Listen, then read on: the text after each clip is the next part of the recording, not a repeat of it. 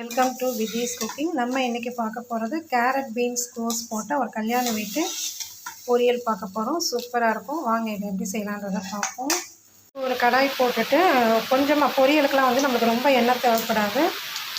So அதில் கொஞ்சமாக கடுகு சேர்த்து நல்லா பொரிஞ்ச உடனே படப்படன்னு வெடிக்கும். பொரிஞ்ச பிறகு உளுந்து கண்டிப்பாக சேர்த்துக்கோங்க. கொஞ்சமாக கடலைப்பருப்பும் ஒரு 4 சீரகம் சேர்த்தா நல்லா வாசனையாக இருக்கும். ஒரே ஒரு காஞ்ச மிளகாவை கட் பண்ணிட்டு சேர்த்துருக்கேன்.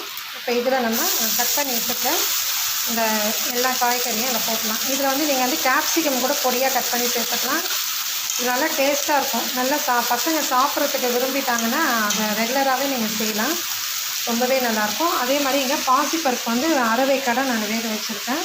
முழுசாக வேகக்கூடாது, ஒரு 1/2 பதம் தான் வேகணும். அது ரொம்ப வதங்கக்கூடாது. நம்மளுக்கு அப்படியே அந்த கலர் அப்படியே இருக்கணும்.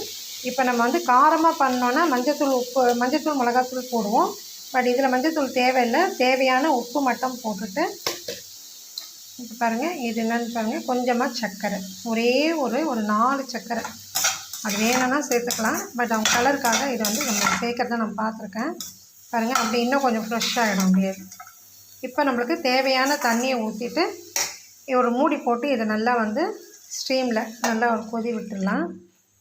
சிம்மரில் வச்சு தண்ணியெல்லாம் நல்லா இழுத்து வெந்து வந்துட்டு இப்போ நம்ம அந்த சிறுபருப்பும் பாசிப்பருப்பும் தேங்காயும் போட்டுடலாம்.